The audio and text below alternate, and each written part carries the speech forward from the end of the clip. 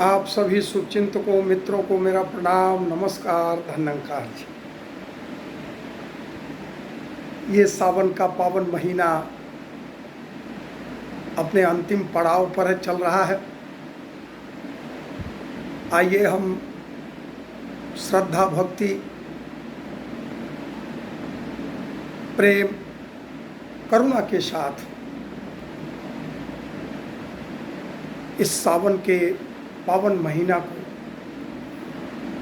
भगवान शिव की आराधना में उनके ऊपर जलाभिषेक करके अपने भक्ति का परिचय देते हैं।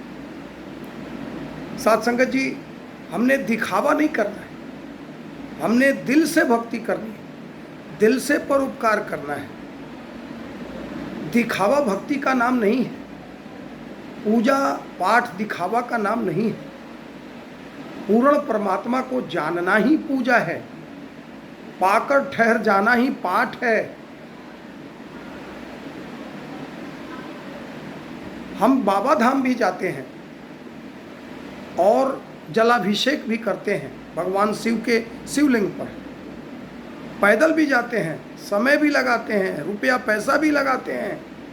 लेकिन अगर भीतर के ईर्ष्या द्वेष नफरत भीतर के जो विकार हैं उनसे अगर हम मुक्ति नहीं पाते तो फिर भगवान शिवलिंग पर, भगवान के शिवलिंग पर जलाभिषेक करने का भी क्या फायदा। कहते हैं कि किसी प्यासे को पानी पिलाया नहीं तो फिर गंगा नहाने से क्या फायदा। कोई प्यास बिना तड़प रहा है और हम उसे जल नहीं पिला रहे हैं, और सावन के पावन महीने में जाकर के अगर हम भगवान के शिवलिंग पर जलाभिषेक भी कर रहे हैं, गंगा जल भी चढ़ा रहे हैं, तो फिर इसका क्या फायदा। संत एकनाथ जी ने अपने जीवन का ये इतना सुंदर उदाहरण देकर, वो भी तो बाबा धाम जलाभिषेक के लिए कांवर लेकर गए थे, लेकिन रास्ते में एक गधा बेचारा प्यास से तड़प रहा था।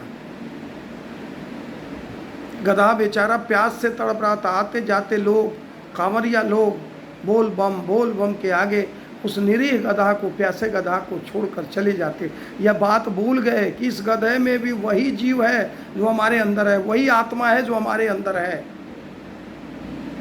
ये बात भूल करके बस हम केवल अपनी धुन में बोल बम।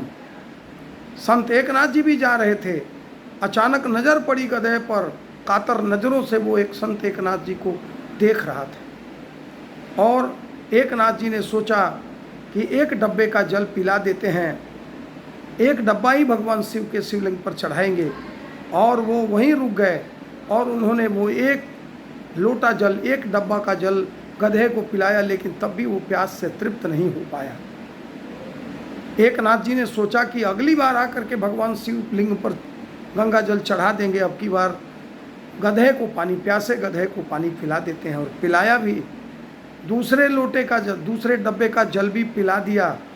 और गधा जब दोनों डब्बा का जल पी लिया तो प्यास से तृप्त हुआ तो खड़ा हो गया।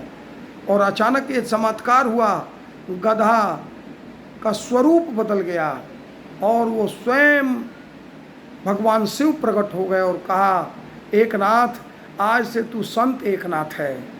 जितने लोग बाबा धाम मुझे जल चढ़ाने जा रहे हैं उनकी सेवा परवान नहीं होगी, लेकिन आज से आप संत एकनाथ हो गए, आपकी सेवा परवान हो गई, आपकी सेवा परवान हो गई।